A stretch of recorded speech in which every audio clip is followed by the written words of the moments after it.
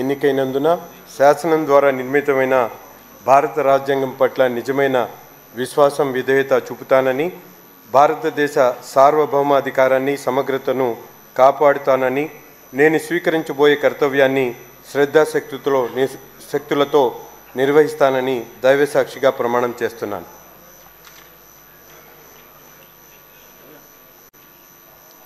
ఆంధ్రప్రదేశ్ శాసనసభ సభ్యుడైన నేను, మొహమ్మద్ నసీర్ అనే నేను, సభా నియమాలను కట్టుబడి ఉంటానని, వాటిని అనుసరిస్తానని, సభా మర్యాదలను పాటిస్తానని, సాంప్రదాయాలను గౌరవిస్తానని దైవసాక్షిగా ప్రమాణం చేస్తున్నాను.